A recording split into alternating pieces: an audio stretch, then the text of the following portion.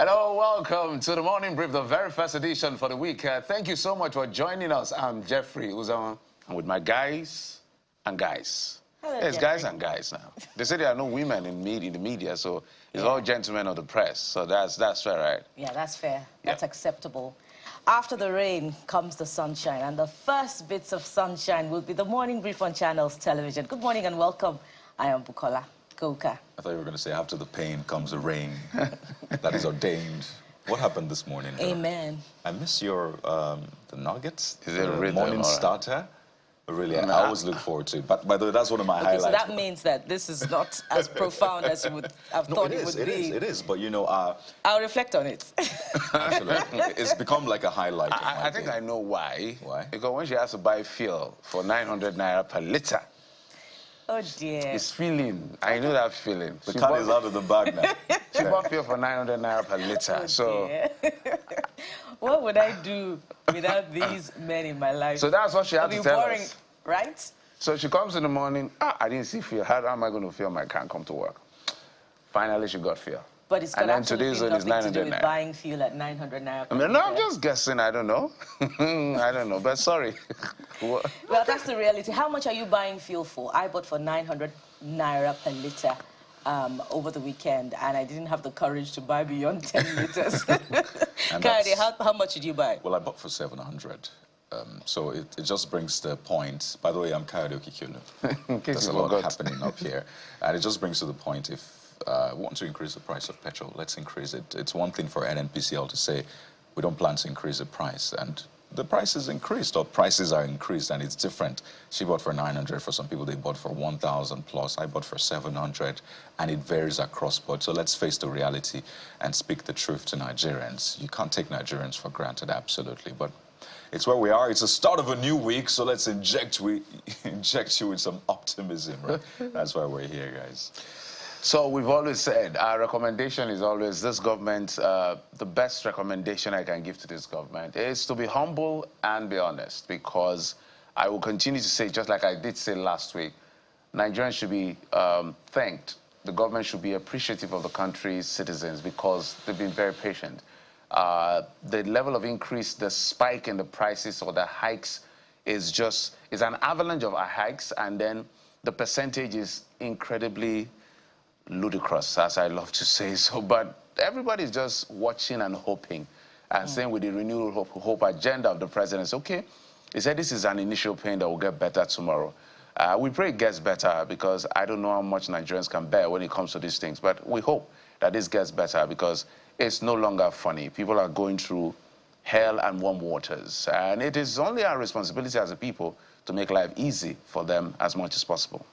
And, you know, when you consider, you know, the optimism shared by officials of the All Progressives Congress, you know, just sometime last week, the vice president, along with APC governors, you know, there was enough optimism to go around the room. And in fact, Nigerians, when the vice president said the economy has turned a corner, you know, on the back of the naira gaining strength against the dollar, just about 2 weeks ago or less than that, you know now that certainly there wasn't enough evidence to back up that optimism, with the price of fuel hovering around between 700 naira and 1,000 naira per litre. What would be the headline inflation figures for the coming month? And you know, of course, that every other ramification of national life, particularly the economy, is hinged upon the price of fuel. So that is bound to have, you know, an effect on the price of commodities.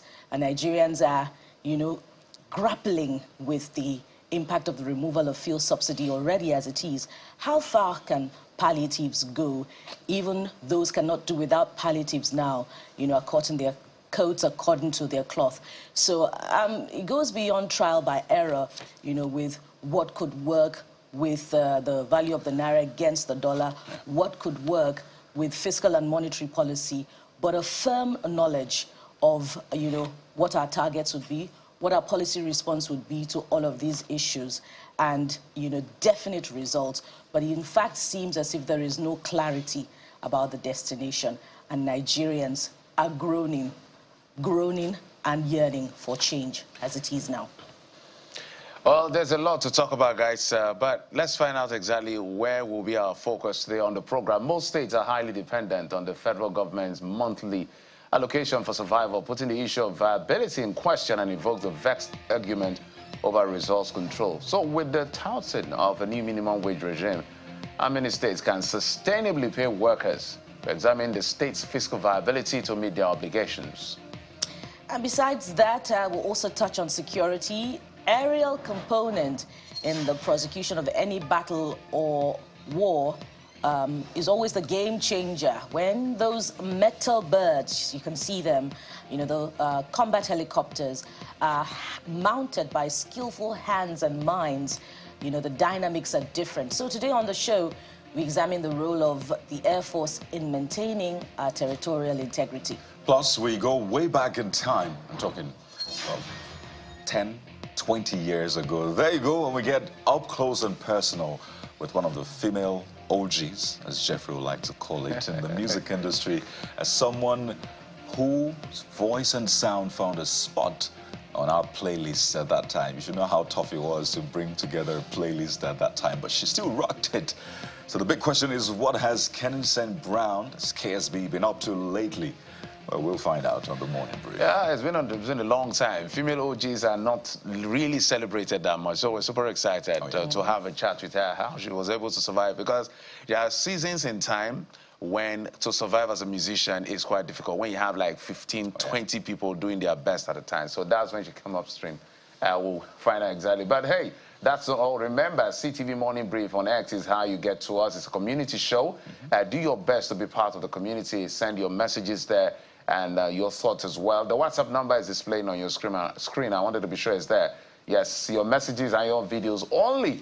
Bring it on, and we'll amplify your voice right here on the program. Whatever it is you're dealing with, is it field, is it power, is it road, is it a complaint, whatever it is, we're here to make sure your voices are heard on the morning brief. Well, we'll take this quick break. When we come back, we'll bring you your top stories, and then we'll get to those conversations you would like to hear. Join us again.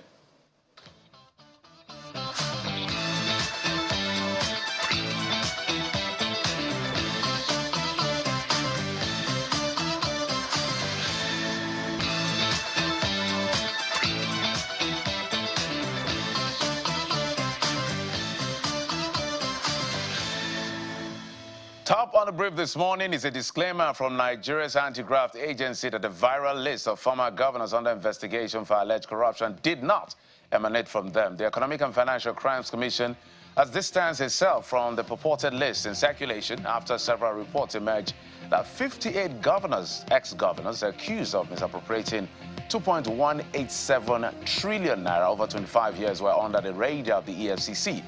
The statement by the EFCC spokesman, Mr. Dele Yoale, describes the report as false and misleading, as it advises everyone to verify with the Commission on any of such matters or stories in the future for clarification. In the meantime, the Deputy National President of the Independent Petroleum Marketers Association, Mr. Azman Mustafa, is blaming the current fuel scarcity situation in the country on the nation's inability to increase its refining capacity. Mr. Mustafa believes that the incessant scarcity spells can be curbed with establishment of more refineries, while asking the federal government to bring the independent marketers into a conglomerate that can set up a sizable refinery. Is also using the opportunity to urge state governors to consider refineries as a form of investment for their individual states.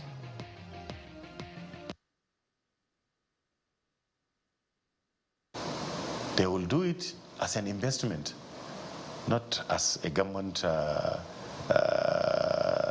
thing of doing things to the citizens really free. No, they should come together to garner enough funds, even if it is 30% of the cost to build. Assuming to build a 200,000 barrels capacity refinery will cost like $5 billion today. Just a rough estimate. $5 billion will build a 200,000 barrels capacity for you as at today. If they can raise $1 billion together, I believe they can get the financiers and the partners that will key in, because we have the market, we have the population, We have the market in this country. And don't forget, Nigeria is the major driver of the economy of the whole of West Africa. If we can produce enough and we cannot consume it, the market of the whole of West Africa is in our hands.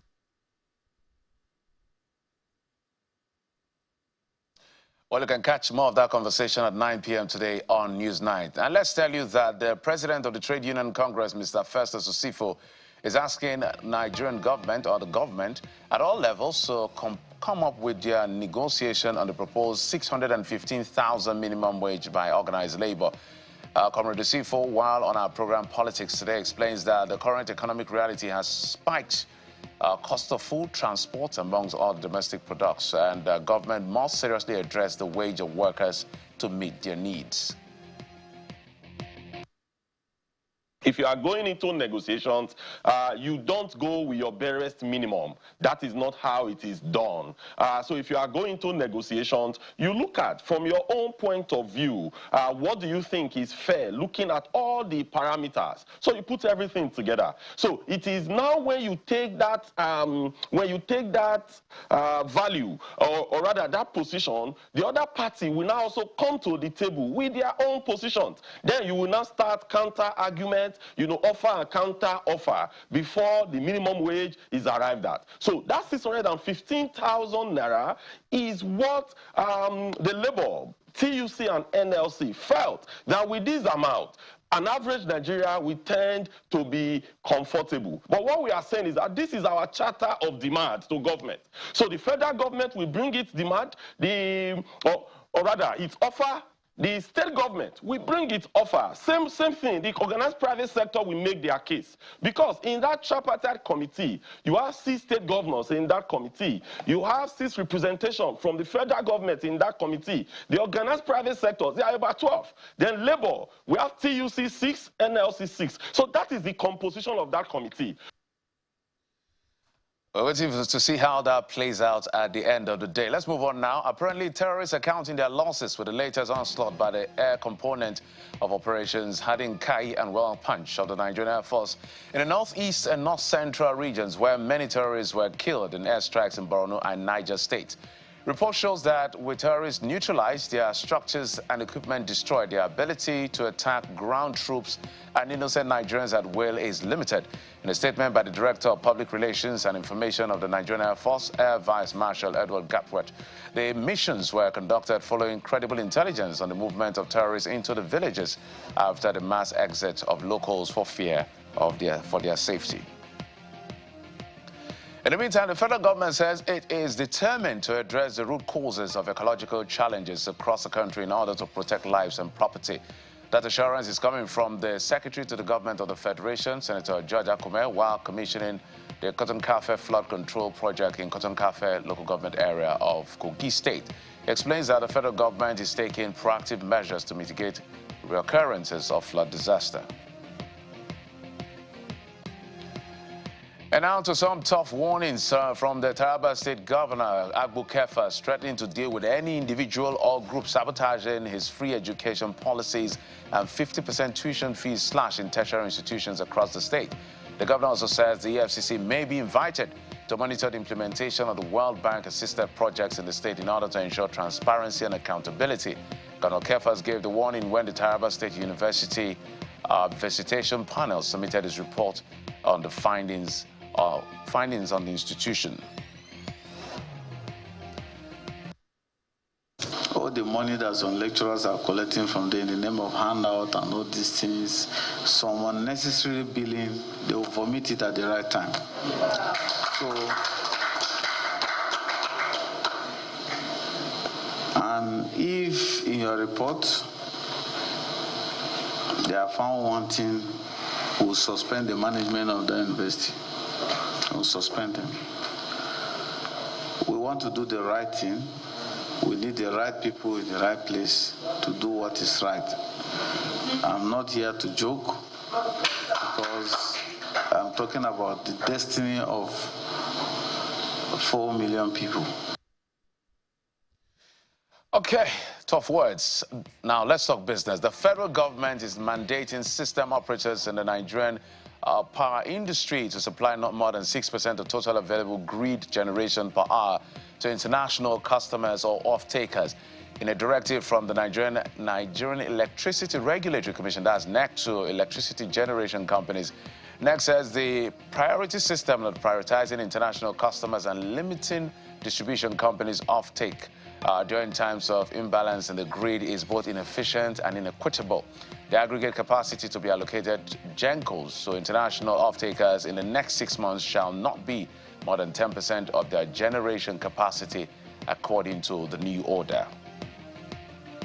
On international scene, Togo's ruling Union for the Republic Party, UNIR, has won a sweeping majority in the country's legislative election held on April the 20th. Provisional results published so far by the Electoral Commission showed it had won 108 out of 113 seats in the parliament.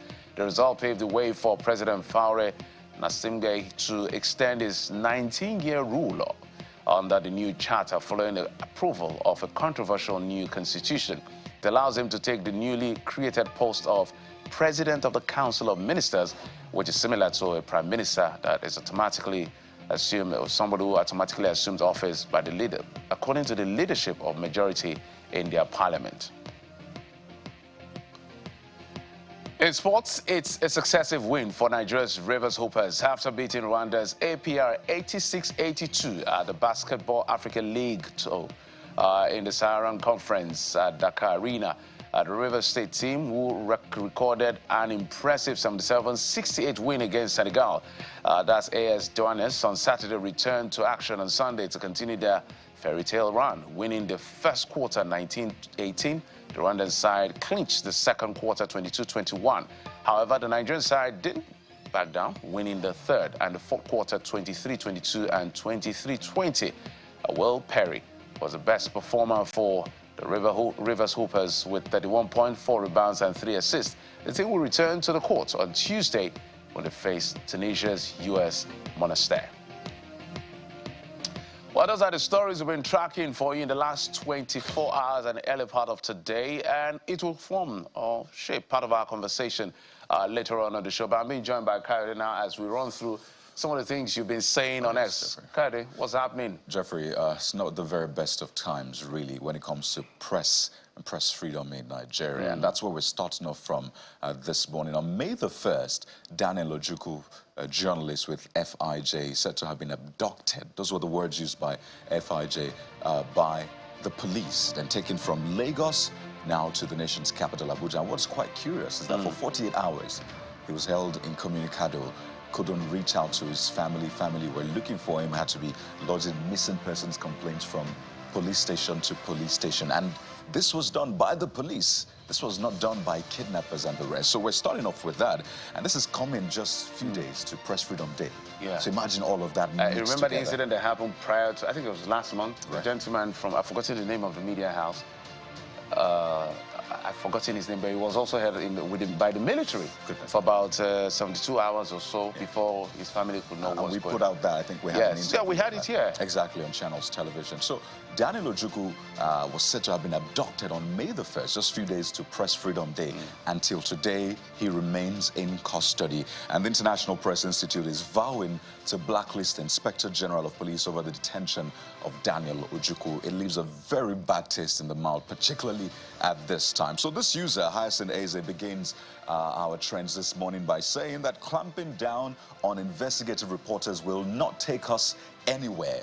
The earlier you release him, the better for you. Meanwhile, I don't know why protests against government, he says, has not taken place despite the hardships. And this is from this user there, Hyacinth Eze. Again, as we said, it leaves a very bad taste in the mouth. And it's been said that this was done as a result of a story he did last year about former deputy governor in Lagos, Dijoke Orelope Adefolure, that's the name. And again, we call on the police to do what is right. He is a journalist. If there are questions put out by a journalist, the onus lies on government to put answers through and not arrest or intimidate that journalist. So the police needs to be clear. I think it's very important for the people in uniform, the military, the police, everyone, to understand that this is a democracy. the way democracy works, it may not be convenient for how you want to run your things, but that's why it's called the rule of law. There's a reason it's called the rule of law. So the rule of law means that a man is assumed innocence or presumption of innocence until found guilty. So even if you see someone kill somebody in your presence, the law says he's innocent until proven. So if you have anything against a journalist for whatever reason, we know the job is risky, we're not stupid, we know. But in a democracy, you must do the right thing. Absolutely. If a man has committed whatever crime you say he has committed as a journalist, you take him in, his family should know. His company should know. Everybody should be aware. It's a bailable offense if he even committed especially now that we have a lot of kidnappings and all of that. Exactly. What if they were kidnappers?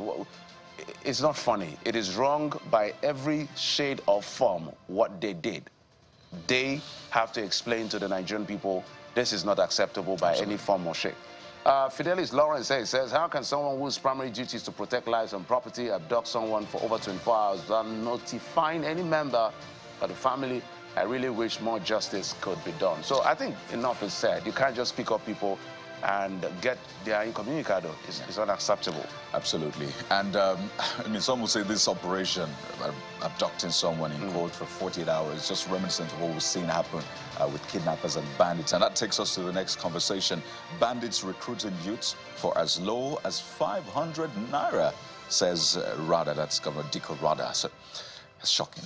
Not 500,000 naira, not 5,000 500 naira. 500 naira. So this first user, Isa_Liberty, says that, why don't you just offer more to recruit the youths and then give them more job opportunities, including businesses, to distance them from the bandits? If this is coming from a governor, it's really sad that this is really happening. Yeah. But let's read your thoughts. Salvage Response says, then recruit some youths with higher income, buy them away, catch them younger in the Nigerian army, make joining the army free, and all other forces free to protect the country should be encouraged with free recruitment. The sustainability of this is something we have to talk about as well. You can't just throw money at everything. So if you give them 5,000 naira, what happens next month and the month after? Do you keep doing that, or you empower them and change their mindset? Education, we also need to talk about that. Take a look at this one from Alari Raja Sulaiman. Says, give the same youths 5,000 naira monthly as an incentive not to join bandits. Simple, he says. As simple as that, according to him.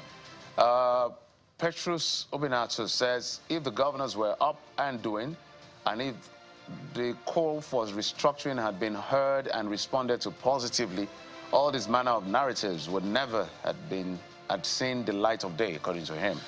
So while that is playing out, let's come over to Lagos, Nigeria's commercial capital. There's been some demolitions, and the one in Mende Village, or Mende Villa Estates, caught the attention of a lot of people. And, well, I imagine that you know what's going on with that. It's said to be in the flood path. Some structures were erected, according to government, illegally, blocking the flood path. System 1 drainage, well, it's a drainage structure, essentially. But here's what we have about that, Ajuba 101, because there's been a lot of hue and cry about that. Did government give them notice? They did not. Government said, well, we'll give them a lot of notice. But this one said, I warn you people about building your houses in areas that are blocking the drainage system. You people don't listen to good advice, this user says, and that's your biggest problem. Come on. Says you can't blame the government for demolishing your houses. Everyone must not live in Lagos State. Well, so there's a little tone to that particular statement. I get the point, but hey, let's just keep it positive, right? Moses United says, hope they will give them compensation, even though no be plenty money. At least it's best they give proper drainage to that environment to avoid flooding. My argument, counter-argument, which is what I raised when we had that conversation with the governor, is there is no way you will tell me some of these things don't have complicity within the system. Yeah. They are not approved. There should be a monitoring system. Before this building even go as high as they went, they should have been brought down by the government. Why wait till it becomes a functional system? People are living there. So the government itself has to do a lot to stop people from building. Let it not even go as high as it goes before it's being brought down. So the government should absolutely take its own take responsibility and this. And that just ties to what Obiora Ato says, saying, is it not the same government that sort of gave them the permit to build and allowed it to go on and on in the first place? But so those are the major talking points, really. That list purportedly released by the EFCC of ex-governors under investigation is also big on the trends, especially because the EFCC has said it's not from us. People are saying, well, when will the EFCC's list come out. Right? It's only fair to fill the void because with the truth. The way it's going, like everybody has to be under the radar. But EFCC has said we're not responsible for that list. I think we need to give them that credit until they say so. But hey, those are the stories you've been talking about on X. We have a lot more to talk to you about on the show. So we'll take this quick break. When we come back, we'll start that conversation. Join us again. Absolutely.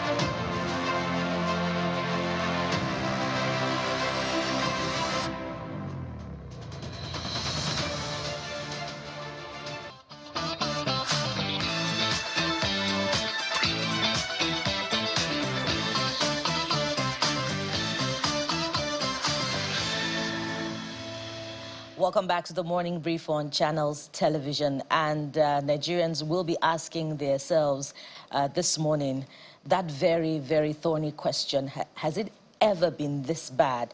The problem of fuel scarcity in our nation's history, particularly with, you know, a very high percentage now, I can't quantify it, of increase in the pump price of fuel, particularly since the removal of fuel subsidy. Now, what's responsible for this round of scarcity? That's the big question that is yet to be answered. But we have, to help us answer that question this morning, Engineer Shino Amo. He's the chairman or depot of the Independent Petroleum Marketers Association of Nigeria. Mr. Amo, thank you so much for your time on the program. Thank you. It's as if we're going to detain you afterwards. and see if we'll get fuel after the program. Yeah, that's an aside. Good. But this round of petrol scarcity, we understand, is as a result of a logistics challenge, a supply challenge that is still not clear. That's what we got the last time we attempted to understand the situation from Petron. From the IPMAN perspective, what are you gleaning from the NNPC or from the NMDPRA about what exactly is responsible? Well, good morning, viewers. My name is Engineer Shinamo, the chairman of the depot. Well, the NNPCL told us it was a logistic issue. Fine, we will accept from them, but they will be able to explain better, or they could say about logistic issue. Is it technical? Is it financial? because NNPC is still important of the product. That's the major problem. No other importer could bring the product in, probably due to dollar issue or due to other logistics they will mention, which we may not be able to explain. There are several things they should have done before now. We've been clamoring for, and we've been making noise. I call it making noise. We've been writing in the news, writing in all sorts of media that they should do something about, one, the issue of improper distribution system. The pattern they're using for distribution, totally wrong. One, in those days, we used to get 70% of the available volume to Ipman, 30% to major marketers. All of a sudden, that changed. That's one. Another one is, let me say like 2 years or more now, we find it difficult to access products, the Ipman. Many of us could not do the business as usual. They introduced a system called Customer Express. That's their term. They call it Customer Express. It is a way to restrict the Ipman from doing the business effectively. How? You will be allowed to pay, you may be allowed not to pay. And when you pay this money, it could take like 6 months or 3 before you access the product. So virtually all of us were accessing the product through the third party, buying at premium. Like I used to buy, I don't want to be mentioning companies' names. We used to buy from several companies at Apapa. Some of them will be selling probably 680, let me say 620 in the depot to us, and they will be selling 620 in their depot beside us. Are they major marketers? Major marketers. Right. Some are major, some are semi-major. And we will be buying at that exorbitant rate, transport to like Akure, Ekiti, and so on. After transportation, there are other logistics we have to attend to. You can't dodge the theft issue on the issue of this particular product in transit. You can't dodge that. Then when you now land in the station to sell, you discover that the next neighborhood or the next station to you will be selling your, either the cost price you bought from their own depot beside you. Okay, you said that's one. Okay. And there are several points that will be the cause of the scarcity. Is not once in a blue moon. It's regular. It's a regular occurrence. Before this one will stop, if you go around in the country, you discover that Ipman, we always have our stations anywhere, any village, in urban areas, even in the rural area, you find us there. You can't find major marketers.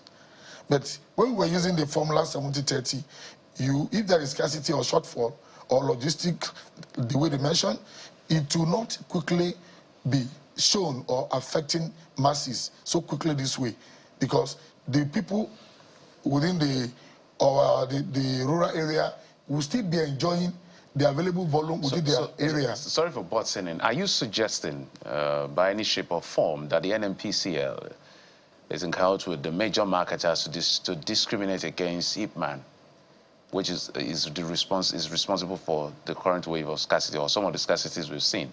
Yes, it's part of the problem causing the scarcity. As I talked to you, I assessed NNPC product last, let me say 2.5 years or more.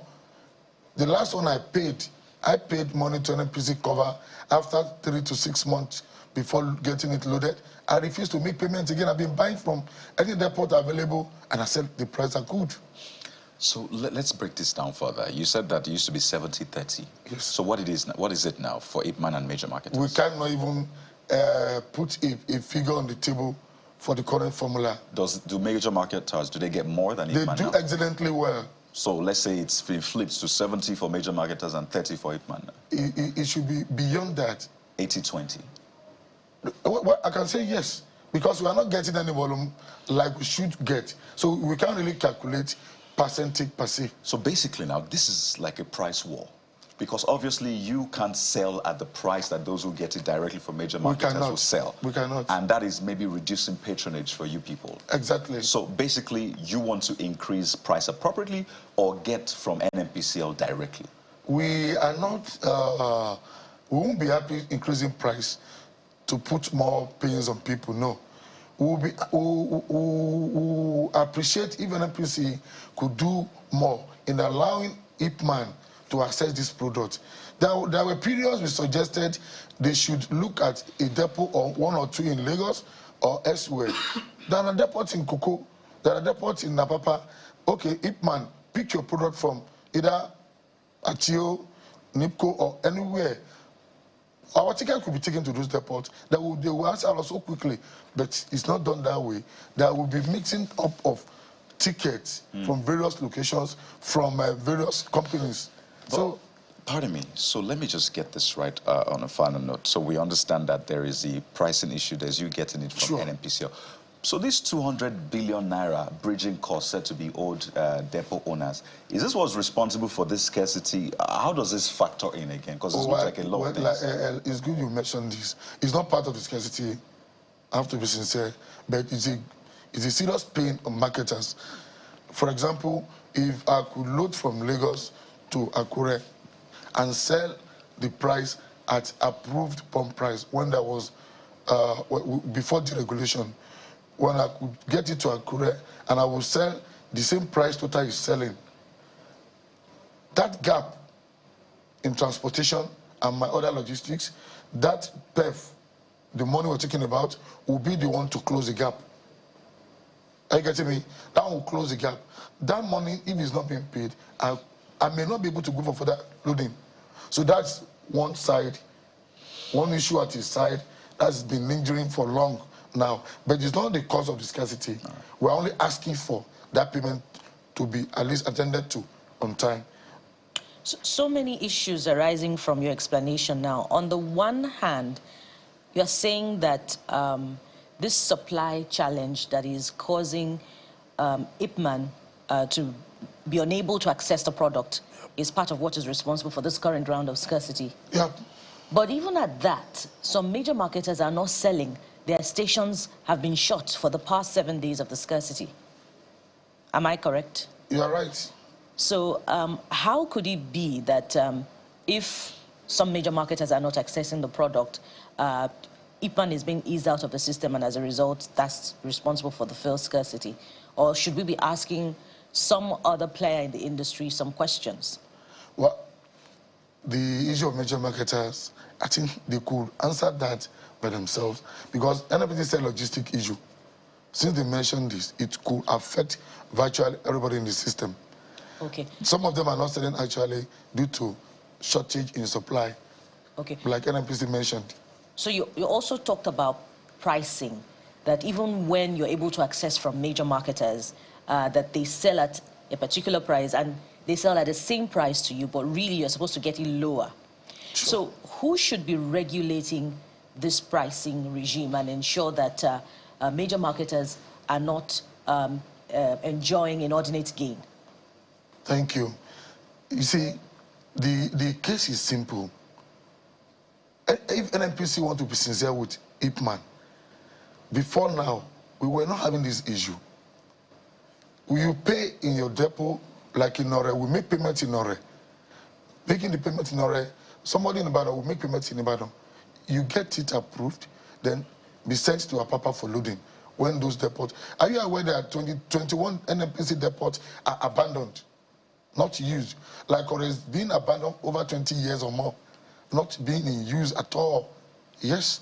So if we could go to a system of you make your people, we're not saying they should come back to the old system. No. We could still be making the customer express as they are using it now. But the thing is they should use this with all sincerity. How? If I make payments now from More, you from Ibadan, Mosimi, Iloni, or Ejigbo, there should be a particular place, a depot, that will allow us quick access to this product instead of keeping our ticket somewhere.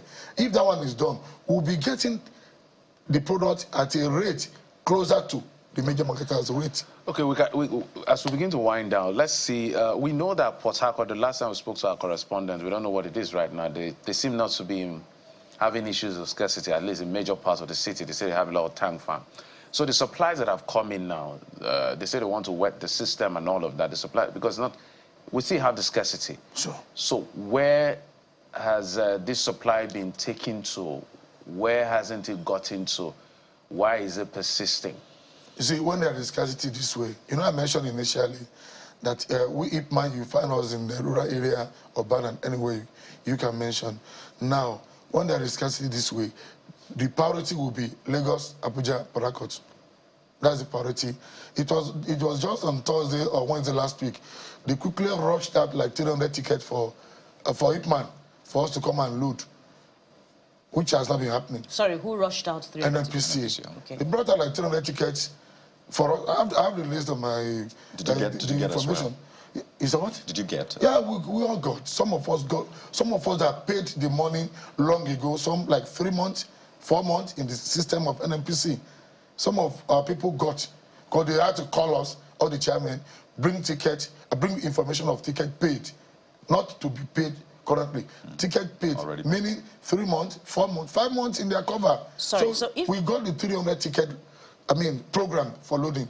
So if you paid 3 to 5 months ago, this suggests that somewhere along the line, the NNPC has dropped the ball in importation, and this is perhaps what is responsible for this scarcity. Sure. So NNPC, for your view now, NNPC being sometimes confusing. They are the player, they are the regulator, they are the sole importer, is a problem. Do you see that as a problem? It's like you have the answer for that question already. That's the problem. No, you're the player. I'm just putting it to you. The way you mentioned I just broke it down for you. Exactly what we are facing. NNPC operates the retail. The number of NNPC retail up and down now is, I can say, is almost equivalent of independent marketers. Talk about numbering. Right, so this is still a competition, and I see why you don't want to step on a landmine, so nobody will withhold your ticket for 10 months or anything. So how much are you selling now? How much did you get it, and how much are you selling? By standard, NNPC, using the customer express, if I'm to pay now, I will get it for like 568 or so, and which I should be selling within the neighborhood of probably 601, 603. But many of us independent marketers will go out, if you happen to be a player in the semi-major or major, that you have your private depots, will come to you, will buy from you. So what should be the margin of profit? So what he's asking is... The margin is... No, just hold on. What he's asking is, when you buy product, all your costs, administrative, all of those costs, when you put it together, how much is it? Then what's your margin? Now or before scarcity? Now. Now. If it is now, they will be calling price. You may not see single ticket to buy. As of now, over 4 weeks now. Assume you have a ticket. Okay, fine. I can buy for 715. From NNPC? Not NNPC. From where? We are not accessing product from NNPC. Only 10% or 15% of us.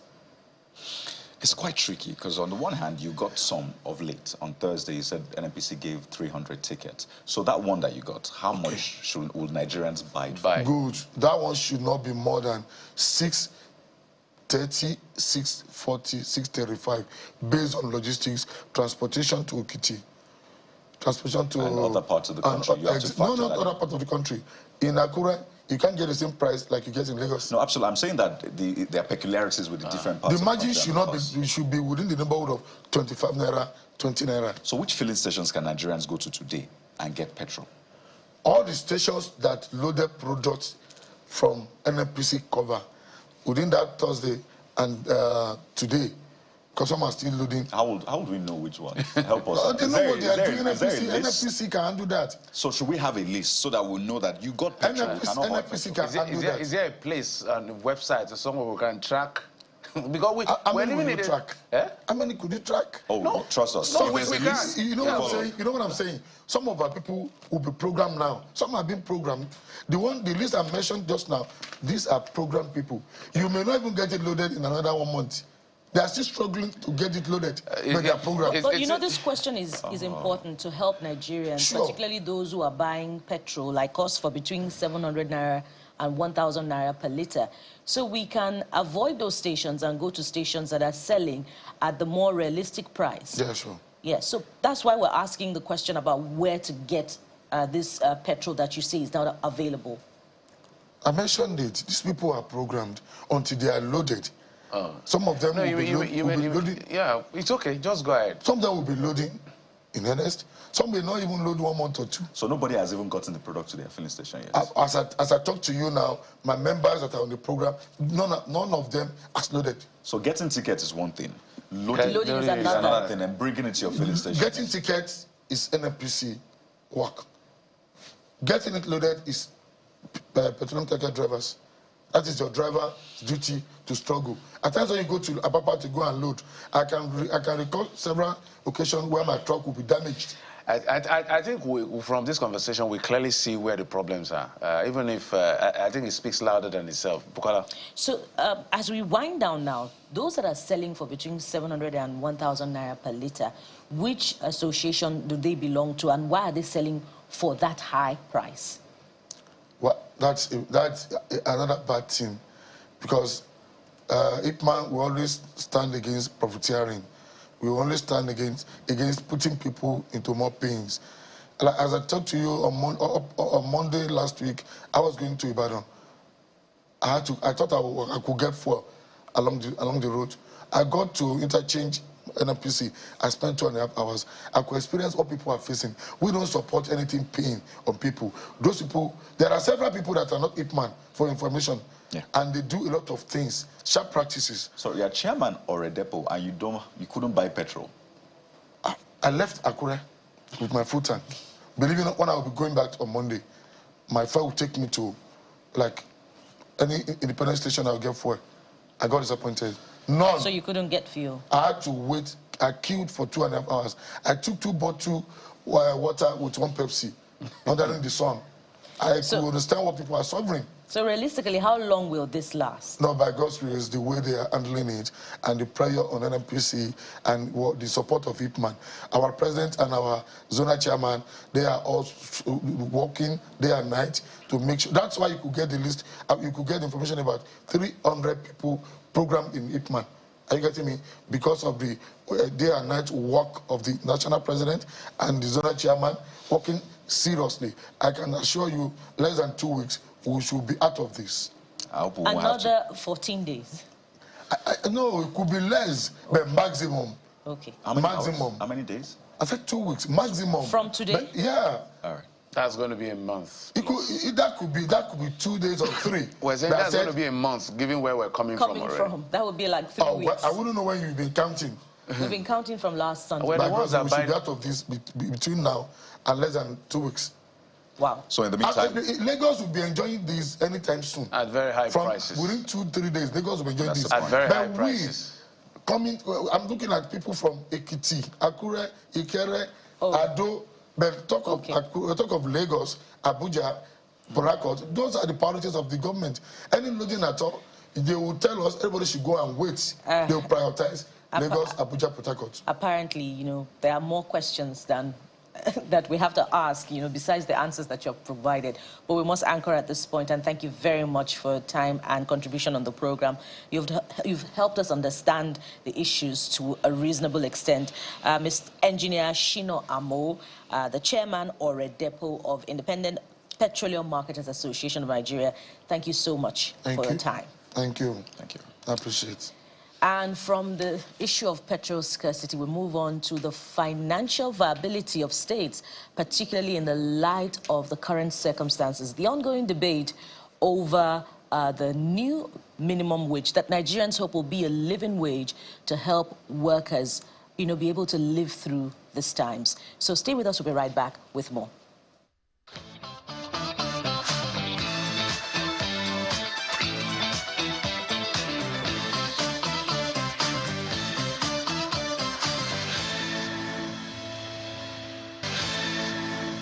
All right, before we jump to our very next conversation, let's find out what's happening in the nation's capital as far as fuel scarcity is concerned. Our correspondent, Dele Moyeni, joins us. Dele, maybe you give us a feel of what you're seeing and what you're hearing as far as this situation is concerned. I can see those vehicles sneaking around you.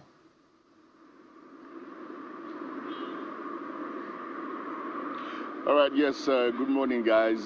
Geoffrey and Coyote. It's always good to see you guys. Well, the situation in the nation's capital is way much better. You remember that about 3 weeks ago, this queue started, and of course the NNPC Limited, who are in charge of the sole importers of the products and who are in charge of importing these products, said they had logistics challenges.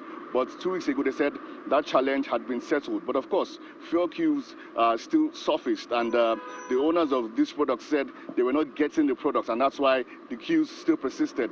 But of course, the NNPC and of course the NMDPRA, who are supposed to be the ones monitoring the fuel stations to ensure that they don't hoard the products, said, well, they have the products, and so they put it at the doorstep of the fuel stations, who they say are making a killing, because most often in these last 2 weeks you find out that the fuel station is not selling the product, but you see the black marketers on the streets carrying jerry cans up and down, and then you wondered what was going on. But for right now, the queues have gone down. Of course, we're at central area here in Abuja, just opposite the NNPC towers. The situation is much better. On a normal day, this particular fuel station right here on my left would have a lot of queues, even going down to under the bridge. But right now, as we speak, the situation is way much better, of course, on Airport Road and, of course, on other areas on the outskirts of Abuja, like Nyanya and Maraba. There are no queues at all anymore. But for right now, well, in the nation's capital, the situation is way, way much better, Geoffrey. Well, Dele, I'd like you to do a 360 for us. If you could just speak to the cameraman. Let's see a 360, see how far back that queue is snaking, so we can get a better sense of what you seem to be enjoying in the nation's capital. Because here in Lagos, I mean, this is child's play, Dele.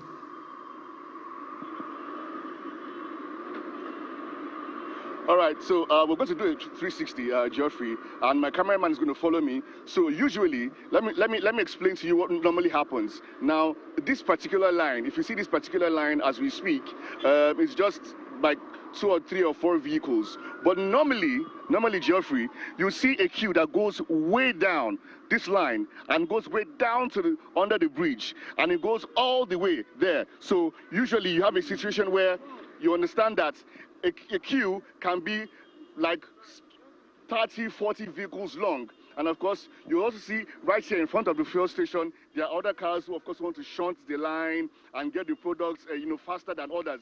So usually, this place is always a chaos. Now, of course, on my left here is the NNPC towers, where you have the sole importers of the products who bring the products into the country, who said they had logistics challenges in bringing that product. Also, there's another fuel station just down the road here. And you could imagine if you had 2 queues here. There's a fuel station there, there's a fuel station here. And so it was always chaotic in this particular axis, Geoffrey. Always chaotic, especially in the mornings and in the evenings, because that's the time when motorists are leaving their office or coming to the office, and that's the time that they have time to queue for fuel. But trust me, there are people who had 4 or 5 hours in this particular area just queuing for fuel, Geoffrey.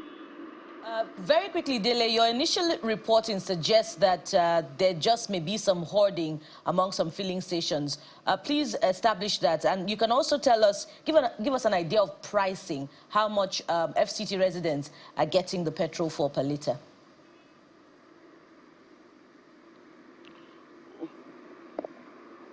Can you hear me, okay, Dele? Buki. Yeah. Well, to a large extent, you have between 617 and 690. Now, the NNPC Limited sells at 617. That's the standard price at their own fuel stations. But of course, for independent marketers, they sell between 660 and 690, depending on whatever fuel station you go into at this time. All right, Dele, thank you so much for reporting. Continue to keep an eye, but it looks like it's almost uhuru for the people at the nation's capital. We hope that this happens in Lagos. So let's come back to the nation's commercial nerve center. Dele, thank you so much. We wish you all the best in Lagos, Geoffrey. Yeah. That's what they did to us from Port Harcourt last week, and now it's Abuja. Let's hope we can do to other cities pretty soon from here in Lagos. Now, I want to switch gears to talk about fiscal viability of states, given the issue of the argument, the conundrum of our wage, or what you call minimum wage of workers. The organized labor is saying they want 615, which is not their barest minimum. At least that's a proposal, 615,000 naira for the lowest worker in the system. Well, the federal government, they are still negotiating. We've not heard what the federal government is proposing yet. But how viable are these states to even meet basic obligations? That's what we'll talk about today on the program. We're being joined by the co-founder and director of budget, Mr. Seun Onigbinde. Thank you so much for coming on the program. It's a pleasure being here today. Before we talk about fiscal viability and all the numbers, I would like to have your take on this. I'm sure you have fuel or you bought fuel. I don't know whether you have fuel in your car. I'm on the last bar. Just your initial impression of what is playing out with, given what the chairman from Ore Depot had mentioned, what's going on in the entire chain. Yeah, in my own view, I think the conflicting role of NNPC and the lack of transparency around the subsidy regime is the major problem we're facing. I mean, we can wrap it around logistics, we can put it around that there are delays, but we've made some changes in recent months. And then we stopped the swap process. So we've cut out a whole lot of private investors. So NNPC is mainly taking on the burden. And that would just create loads of inefficiencies. And considering the fact that I don't think we are paying full market price for the fuel. So I think NNPC is scrambling around to make sure that at least they can ease this process. I feel it might still take a few time before the curve is smoothened. But I think we are facing those twin challenges. NNPC's confusing role. It's a state oil company. It's a private limited company. You can't say with the 6.5 dozen. And also, you also have the challenge that the swap deal was stopped, so NNPC has to pay cash. And then I've spoken to some of the importers, and they think NNPC has not been meeting its obligation as when due. So there's a bit of lag in terms of imports of this finished product. But I feel like that they will cover it up. Well, let's leave that for now. Let's now talk about this issue of viability of states. Vis-a-vis this argument over what should be the minimum wage. We've seen some states raise it to 70, others have raised it to 40. Everybody trying to say, this is how much I can pay. But Labour has gone way higher than $500,000 as their initial proposal. And we don't know where that will land eventually at the end of the day. But from your report of State of States that was published last year, we could clearly see from the data that over 70–75% of the country's subnational are dependent on FAC. Yep. I always say without FAC, a lot of them will go belly up. How do we reconcile this argument of minimum wage as against the issue of states not being viable? Where do we find this balance? We have to also understand that states, it's an incentive structure, you know. If every month there's $1.5 trillion naira to be shared at the center, because the money doesn't belong to the federal government, it's a federation money. And I am able to receive around 8 billion, 6 billion, depending on the size of my state. The incentive might not be that strong to be more creative or to think much more deeply about how do I expand opportunity for our internal generated revenue. Because we know that a whole lot of states cannot, I mean, if you look at the personnel costs for most states, even on current structure, there are only around 18 states that their IGR can pay their personnel costs. So if you don't have FAC, or you FAC even doing this by 30%, you'll be in crisis significantly. So we are in a situation where most states would continue to depend on FAC until maybe there's an incentive structure to say maybe over time you have 13% derivation, you might have 15% derivation. So you might quietly see that the money that you are receiving from the center is slipping and is reducing gradually. And you have to focus on your inherent advantages. And we know all the states have it. Some can choose to make it mining. Some can choose to make it agriculture. Some can choose to do tourism. Some can choose to do technology. But a whole lot of times seems that our short electoral cycle is also not helping. Somebody's there in 4 years, and like someone made the tweet, it takes around 5 years to get like a cocoa industry to fully be up. Cash industry might even be less than that. The oil palm industry might be around the same time. So you're a governor, and you practically are struggling to get 6 months, a year to settle, 2 years to get work done. Another 1 year, you're chasing re-election. When you chase re-election, you might really not pay enough attention again. The other problem is that the states are not industrializing quick as they should. Apart from Port Rivers, Delta, Bayelsa, the ones who have the oil production unit, and Lagos and Ogun, you will find that most states, the industrial environment is practically dead, you know. And it's just because there are challenges with energy, there are challenges with trade facilitation. So in my own view, we have to figure out a way to incentivize states to be more productive. And because when we talk about Nigeria, it's still a product of 36 states and FCT. So until we get the state issues fixed in terms of making them productive engines, in their own specialized way, we might not be able to get out of this challenge. Quite a lot to reflect on, but let's touch on these points. From your report, 15 states are still unable to pay even the 30,000 naira minimum wage. And some of these states, I'm not quite sure now, maybe on the index C that you highlighted in the report, they prioritize capital expenditure over human development. How do you reconcile that? Is it realistic for these states to continue to prioritize capital expenditure, and yet they're unable to pay workers' salary? There are two options. There are two questions there. One is the quality of the capital expenditure. Because if I buy a Hilux van and a brand new car for the governor and the speaker and traditional rulers, that's what's part of capital expenditure. Any form of asset that goes beyond the life cycle of the budget, the fiscal cycle of the budget, is capital expenditure. So when we also talk about capital expenditure, I know it's a limitation of our own report, but it also means that we must also interrogate deeply which kind of capital expenditure it is. The other part is also, it's not a dichotomy to say recurrent is bad or operational cost is bad and capital is good. Because if you build a school, you have to pay teachers. If you build an hospital, you have to hire doctors. So both are necessary. There just has to be a balance in some sort of way. And what you see is that even in Nigeria, operational cost or recurrent expenditure takes precedence over capital expenditure. You have to pay workers.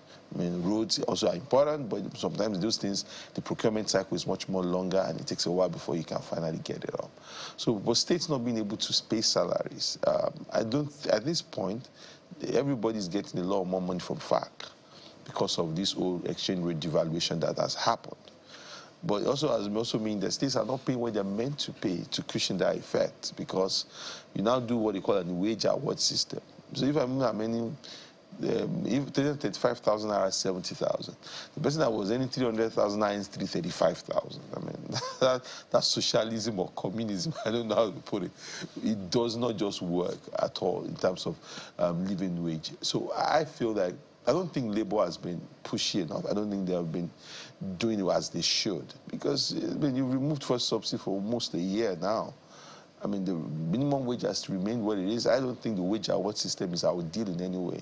And that's why we're saying that before you remove minimum wage, there's some conversations that should have happened.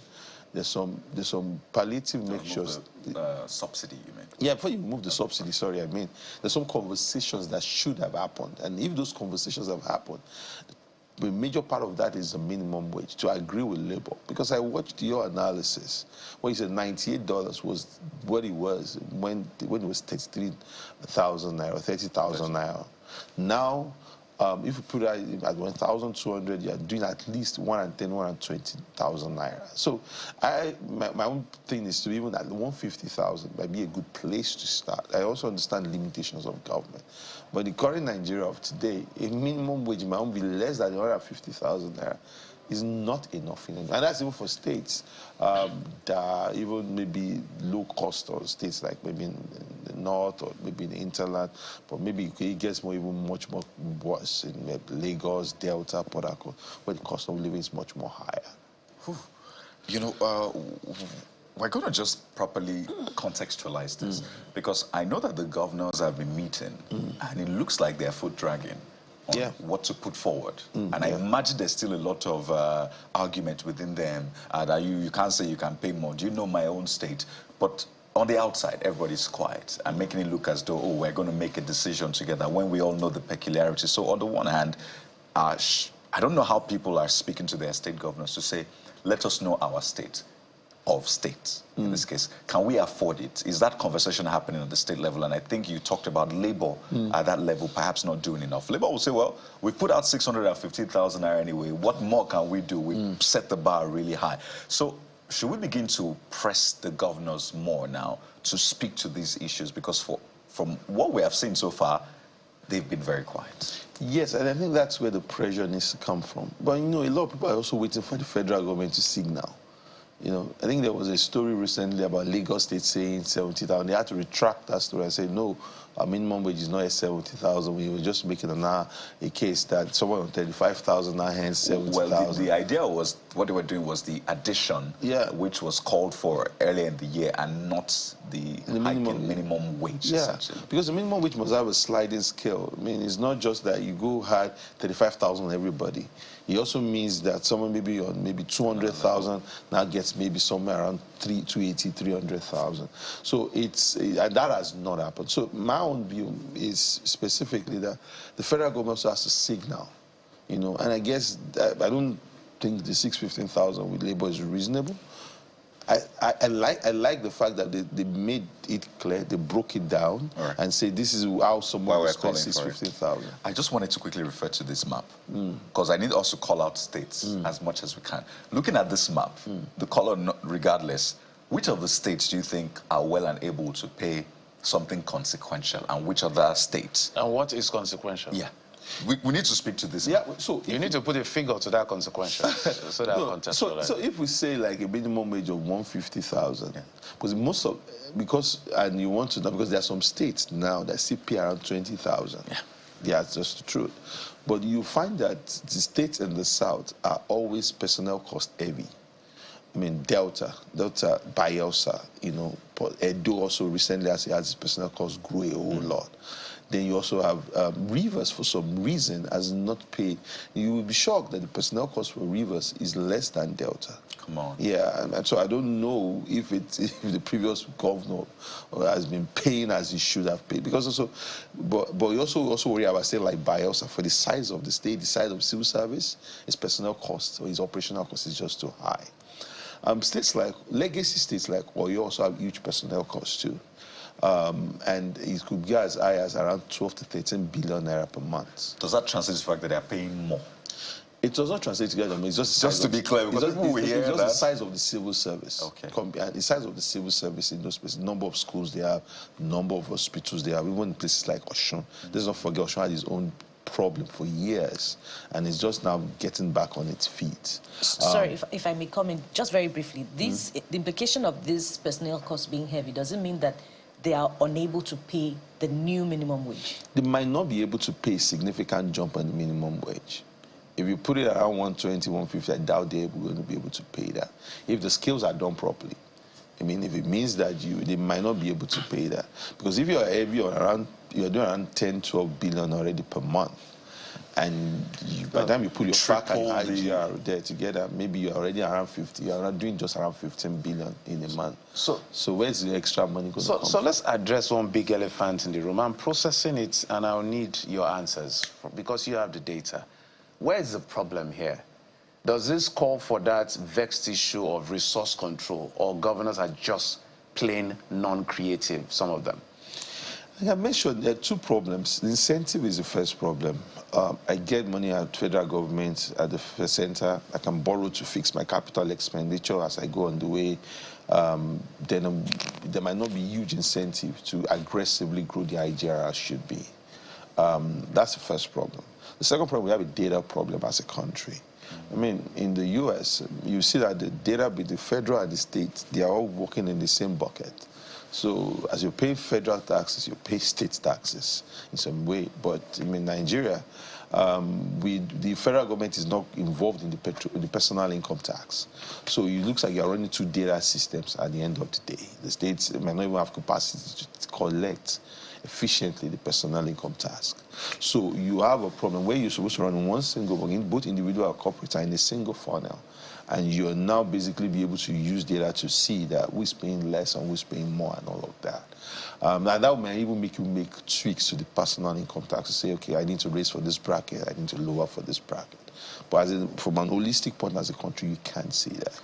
Then you also now have a problem, at the state where the industrial capabilities are not there. That's why we say when your state is trying to get a gas pipeline, and if you're going on Ibadan Road, you see those pipelines happening now.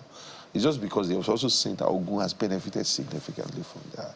So I don't know whether you answered my question direct. So should we think of restructuring as soon as possible? That's the best way, honestly. I've always been an advocate of gradual restructuring. No, because these states in the South Belt, they deserve to take more, in my own view. Unless they take more, we will not get other states to step up. So if we are doing 30% derivation, why can't we build a constitutional provision? Then we go 17% in 4 years. Then we go 25% in 8 years. They also make sure that we put some accountability systems around them so that we don't, because we've done too much also in that environment. We have the Ministry of Niger Delta, we have NDDC, we have the derivation funds, but we also know that the fortune of those regions have not significantly improved too.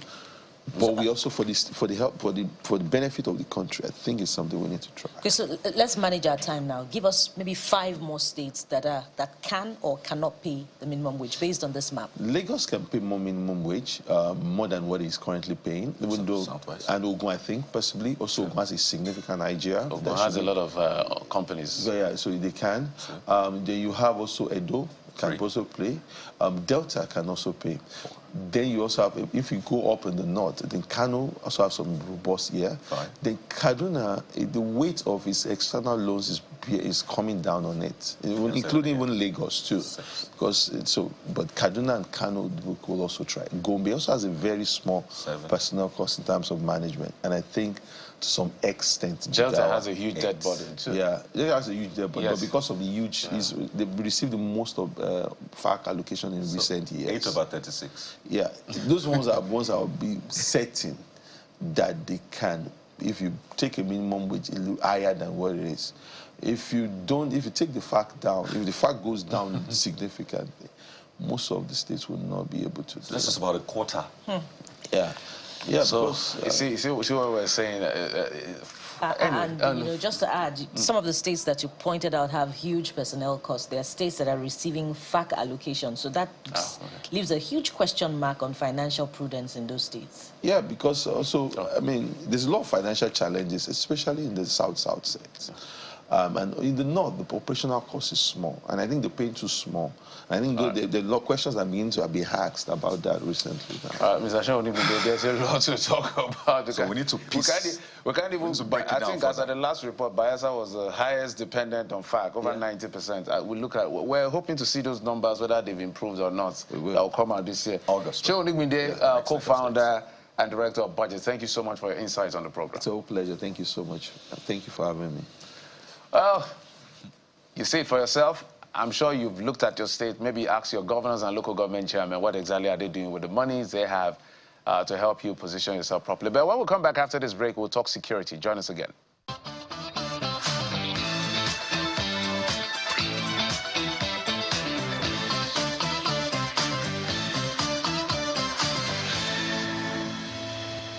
Well, Nigeria Air Force at 60. We turn our attention now to that very important component of our security from the air. Yes, it's always very techy, particularly when you see it in the movies. A lot of people want to be in those seats, flying the planes, but there is a lot that goes on behind the scenes. And this morning, we're taking you behind the scenes to talk about, the wins of the Nigeria Air Force, particularly 60 years after it came into operation officially. And to do that with us, we have the Director of Public Relations and Information, Nigerian Air Force, Air Vice Marshal Edward Gapquet. He's live with us in our Abuja studio. Good morning, Air Vice Marshal. Welcome to the Morning Brief. Good morning. It's nice to be here. Absolutely. A lot of people will hear, whoa, Nigerian Air Force at 60. Wow, we've come quite a long way. And if you could just give us an insight into where we're at today, because it's important to talk about how far we've come before we now piece together all of those issues and how we should move forward. But what does this mean really for Nigeria as a nation having its Air Force at 60? Yeah, thank you so much for having me once again. It's really nice to be here. One of the largest networks in Africa, doing great things for Nigeria and Africa as a whole. Yeah, so the Nigerian Air Force has come a long way, no doubt about that. When you look at its history, started as an appendage of the Nigerian Army way back in 1964. And of course, immediately after it came on board with the assistance of the German Air Force Assistant Group, it had to contend with the Nigerian Civil War, which, by the grace of God, it did creditably very, very well. Moving forward, it had to go through a lot of transformation, challenges along the line, but as time went by, it proved itself again when it embarked on an expeditionary mission, operation in Liberia and Sierra Leone.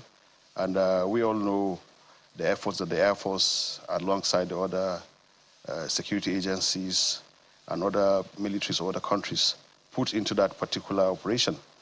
Now, coming back home, we went through a lot of challenges, some downturn periods in the late 80s, but quickly recovered with the advent of, with the return of the civilian rule in 1999. And of course, in the last 6-7 years, we have seen how the federal government has continued to put in a lot of efforts to revamp its fortune. So we're in a very good place.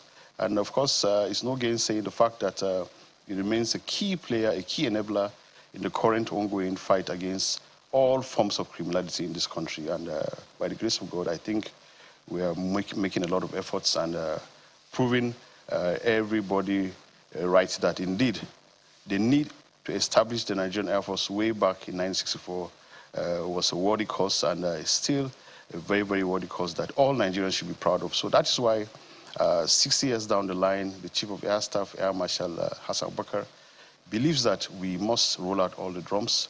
We must celebrate this service that has continued to pave the way for other institutions of government to believe in what they can offer Nigerians and to continually assure Nigerians that we are here for them and their safety and security is all that we are concerned about. So it's a celebration not just for the Nigerian Air Force, it's a celebration for all Nigerians. And it's something that we should all be proud of as Nigerians. So from the success story now, let's talk about the elephant in the room as we reflect on some of the challenges. You know, the Air Force has had some fair share of downsides. When you recall the accidental airstrike in Nasarawa State, for which the Chief of Air Staff had cause to apologize earlier in the year during a visit to the governor of the state. That takes us to, you know, the excitement during the last administration about the importation, the arrival of the Super Tucano aircraft, which was touted to be a game changer in the fight against terrorism, banditry, and insurgency. But that has not quite been the case, particularly when you consider some of the challenges that we have had with insurgency and banditry in the northwestern part of Nigeria, and even in the northeast, which we thought that we had recovered from. So why have we not seen that significant progress following the arrival and deployment of the Super Tucano aircraft in combat operations by the Nigerian Air Force? Okay, let me start with the accidental strikes you brought about and the visit of the Chief of Air Staff to Nasarawa State. Let's be very, very clear on some issues. Fighting insurgency, asymmetric warfare is not an easy task, especially when you have an enemy or a criminal that take advantage of the civilian populace, mix around with them, try to hide in their midst and all of that. So it's a bit difficult sometimes when you try to separate the enemy from friendly forces. So sometimes you tend to have some of these accidents. And it's not immune only to Nigeria or, you know, Africa. It happens everywhere. The U.S. Air Force has had its own share of collateral damages. We've seen that in so many of their operations. You know, but we must take something away from what happened with this current Chief of Air Staff, Air Marshal Hassan Bakar. The incident of Nasarawa happened last year, January, but he came on board in June last year and decided to look at that situation again, set up a board to critically analyze what really happened and realize that indeed innocent civilians might have been killed. Because of that, he went to Nasarawa to meet with the victims, of course, after meeting the governor and then the emir of Nasarawa, to reach out to them and then to really, really tell them that indeed, yes, mistakes were made, and we will try to make efforts to ameliorate some of the pains of the sufferings that the victims' families and all of that are going through. So I think that in itself is a positive step. But since he came on board, positive actions have also been taken to minimize civilian casualties. So many. Some of these actions include the issue of matching target to weapon, making sure that you use the most appropriate weapon when you are going after some of these civilians to avoid a wide radius of strike, so as to minimize casualties.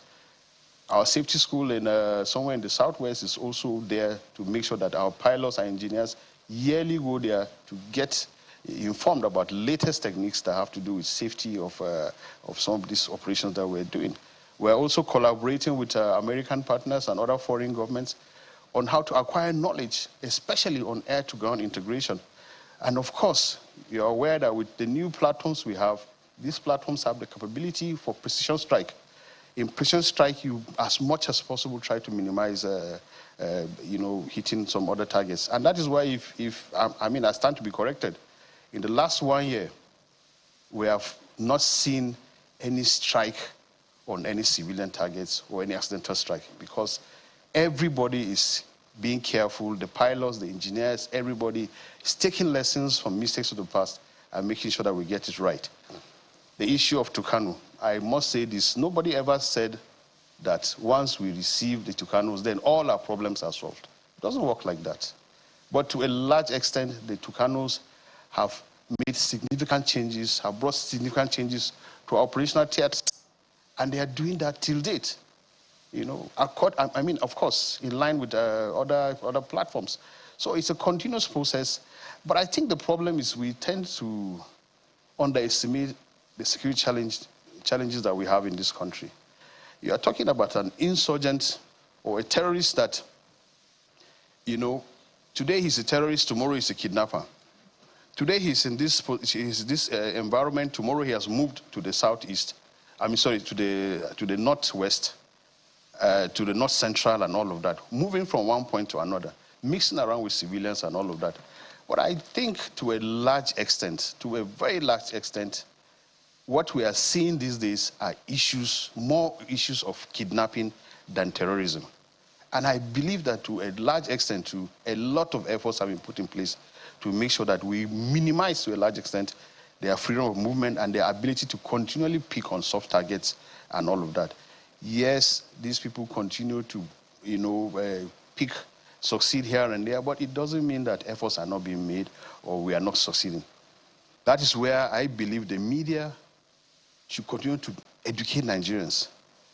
These problems that we're having in this country is not just going to be solved by the military. Everybody has to be on board. Other agencies of government must play their parts.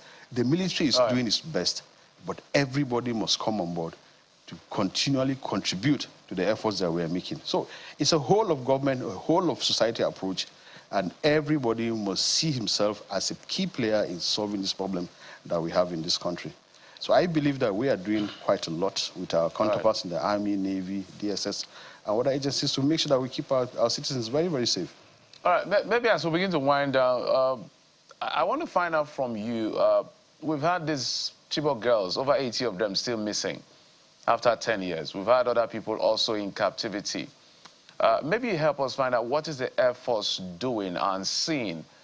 Is there really hope that this is a possibility that some of these people can return back to their family? Because you're the ones in the air. You have a better aerial view as to what's going on down there. Yeah, well, the Chibok girls issue it has been an unfortunate situation for, I believe, all Nigerians. But I believe in recent times we have been seeing some of them being rescued. So efforts are continuing to make sure that we try to see how we can get them out. But the issue of being in the air is not just enough for you to see the Chibok girls. It takes more than that. Intelligence on ground is even more important. The locals and other intelligence agencies are there to continue to see how they can look for them. And of course, ours is not to strike, their location, but to ensure that we cover the area and continually work with the intelligence we have, so as to assist the other agencies to get them out. But I think we should not lose hope. I believe in the last six months, I think we have had like 4 or 5 that have come out. So these are positive steps, and I sincerely hope that all of these girls return home to their parents and to their families so that they can continue their lives. But I think the Chibok girls issue is not just an issue for the Nigerian military to continually to be seen as if we're not doing enough. Everybody must play his part, and we must be supported with the right intelligence so as to ensure that we go after these criminals and make sure they don't commit this kind of criminality in the past. Right. Of course, after the Chibok girls, these criminals have continually picked on other soft targets, school children and all of that. And you have seen the efforts that the military has continued to bring to bear to make sure that we rescue some of these victims. So please, we must desist from making it look as if the military are not doing enough. Right.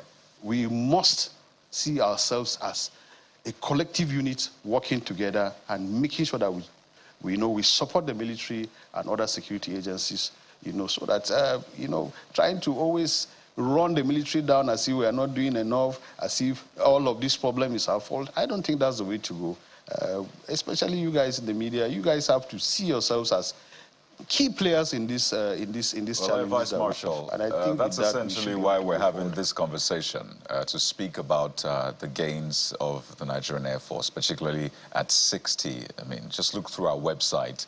Just right now, you see particularly the announcement you made about some of the gains you've made out there. So that is why we're here having this conversation, doing our job, ensuring that we'll give you all of the support that you need to keep Nigeria and Nigerians safe. But quickly, as we wind down, I know the focus for this, celebration is on aerospace innovation, regional collaboration, which is big. I know a lot of Nigerians want to know how much of innovations have we seen in the Nigerian Air Force, such that we're not too dependent on, other countries for some of these platforms and equipment. You know how some of these bottlenecks can take years to even pass through before we get some of this equipment, vital to our fight against banditry, terrorism, and insecurity at large. And on the flip side, is that age-long question about when kidnappings happen and they move, for example, children in their hundreds from Kaduna to Zamfara, they pass through places, and people keep asking, whatever happened to air? So how can't we see and, attack or what have you? I'm sure you've had those questions. So we're presenting you an opportunity to respond to those questions about air support. Is it that we don't see, or we see and we try to limit collateral damage and the rest? Air Vice Marshal. Okay, to your first question, the Nigerian Air Force is highly technical. We are always in tune with emerging technology because the Air Force is purely about technology.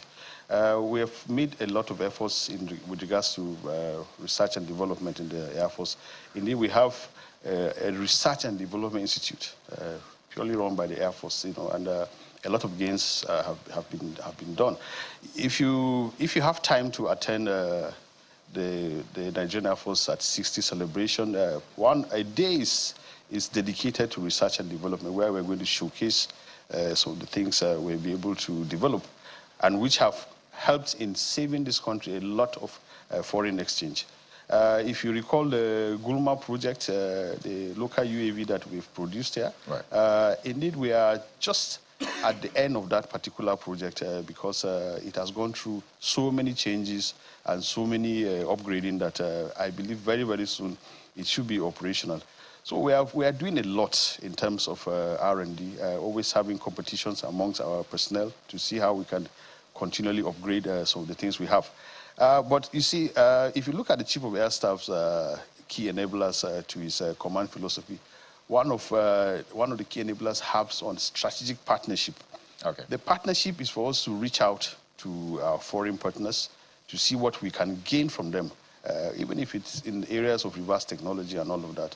And we are doing that. The Chief of Air Staff is collaborating with other service chiefs to see what we can tap from them to improve on our R&D.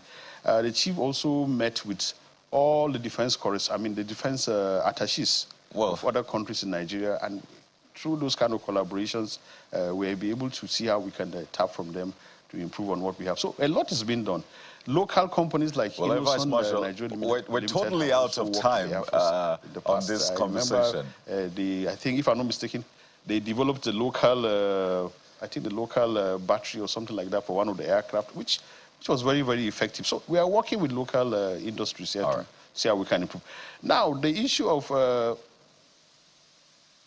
we're totally out of time. If you can do that in 30 seconds, Vice Marshal. The other side. Okay, I'm so sorry, yes. It's okay. The issue of why is it that when they kidnap people we don't see and all of that, it just doesn't work like that. First of all, if you look at the situation that we're in,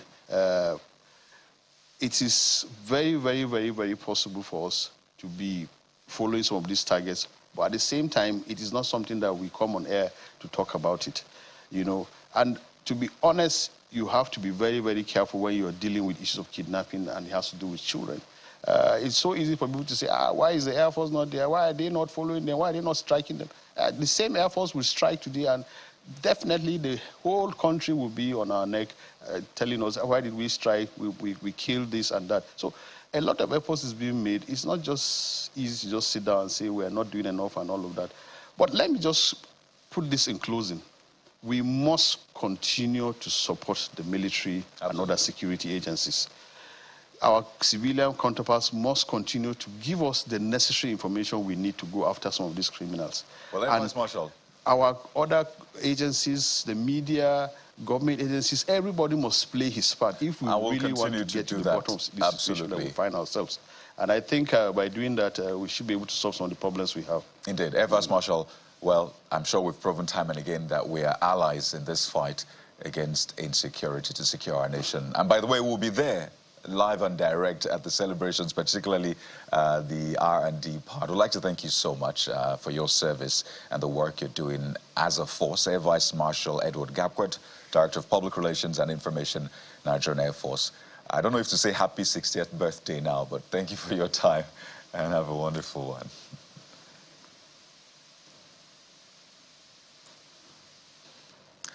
Well, we'll go to break now. When we return, we're bringing her back for you. For those who've been asking questions, where is Kenny St. Brown? Well, she's right here with us in our studio, and she'll be here in a few seconds. Stay with us.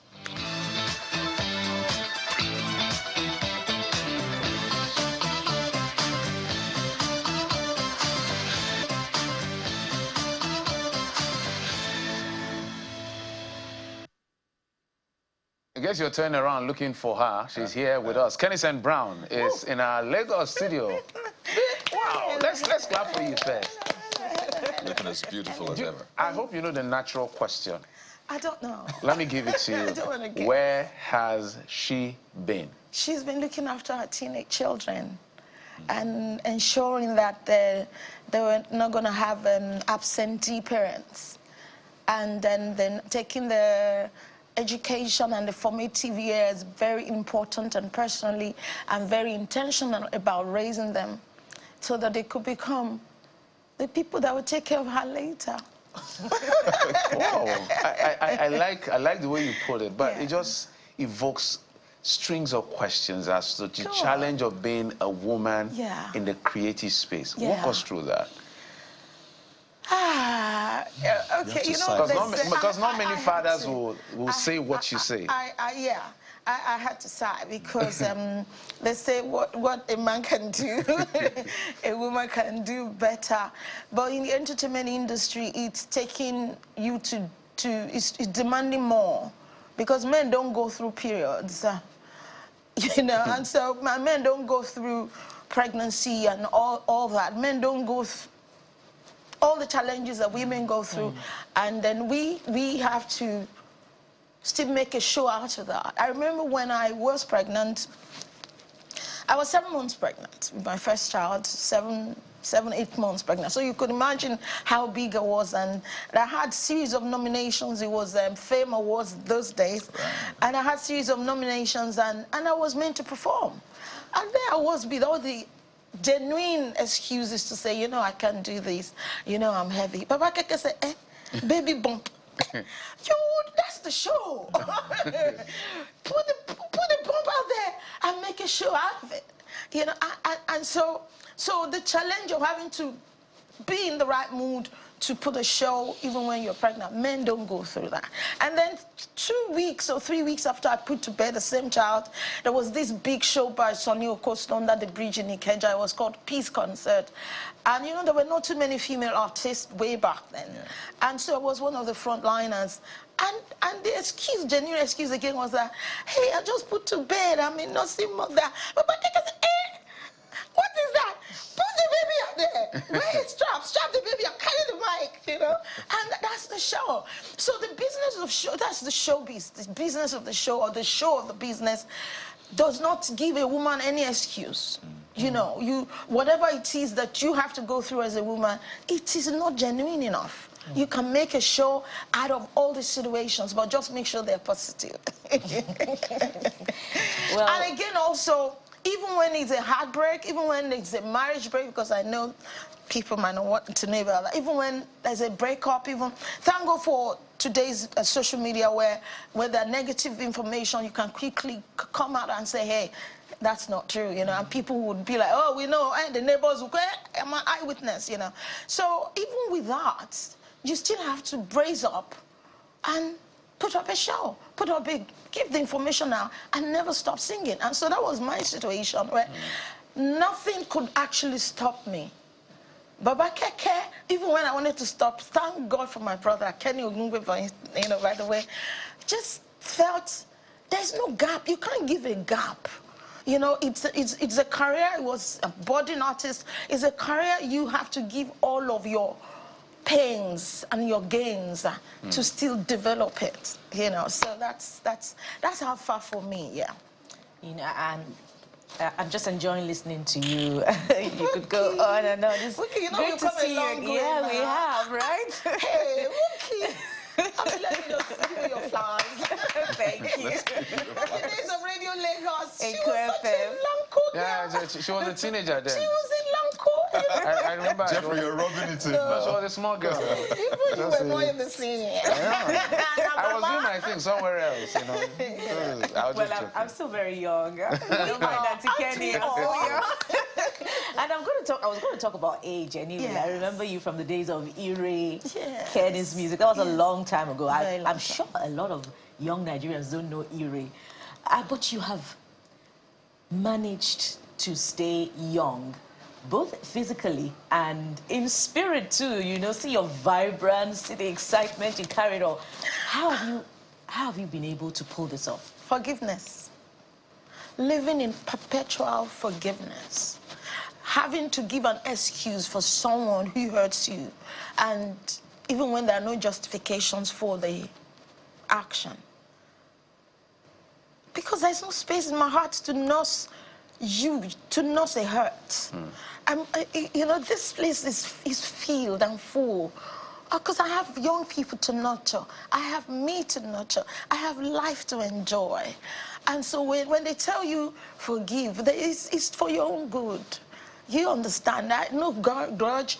No, don't try me. I can come at you and snap, snap, snap, yeah? And then we leave it there. And maybe tomorrow we'll come talk about it. Don't do that again. And so that is what works for me. Forgiveness, living in joy, having reasons to be joyful, you know, not happy. You get not happy, but joy and being intentional about it. Yeah, we can talk about exercises. We can talk about, you know, nutrition, but there's something about the spirituality of life, of living, and in being intentional about it, you know, just gives you, opens you up to life that you never knew, you know. And again, even when you are able to work out whatever that's brought pain into your heart, when you're able to work it out yourself, it just opens you up to another beauty that you never knew existed. And so I have tasted that over and over again. And it's something I look forward to tasting. So you hurt me. I thank God for this hurt. I thank God for you causing me this pain, because I look forward to what's going to unfold. The life that's going to unfold, the joy, the song, because I usually write songs from pain. Pain gives me creativity. you know, and I know how to work my pain till it gives me beauty, joy, life. This is life, is your life. Wow. Thank you. I didn't bargain for this dose of positivity, and I mean, it's just amazing listening to you speak. Forgiveness, I hope it's something we can learn as a nation collectively. But let's talk about your music. Okay. Right. Can you check the smile? Can you check the smile? I mean, look at those beautiful smiles. That was 2 years ago. Right. That was, the upper one was about 8 years ago. Why the lower one was 13 years ago. Someone put up your music Look at video. that. We'll talk about this quickly. There are years in between this. Years. And the smiles remain the same. 12, 9, 2 years ago. Fantastic. And then look at now. Yeah, you look 45. So I want to quickly touch on something before we talk about the new work you put out. We saw a snippet of that quickly, but what role did you play in the development of Afrobeat as it is now? Ooh, I like this. I like this. Okay, the role I played was the advent of Kenny's music. When Kenny's music came because of me. I just came back I relocated from England, and I knew God had given me music, and then we had recorded the songs, but there was no record label to put me out there. And then I had finished, before I traveled, I have an MBA, studied University of Benin, and my area in MBA was entrepreneurial development.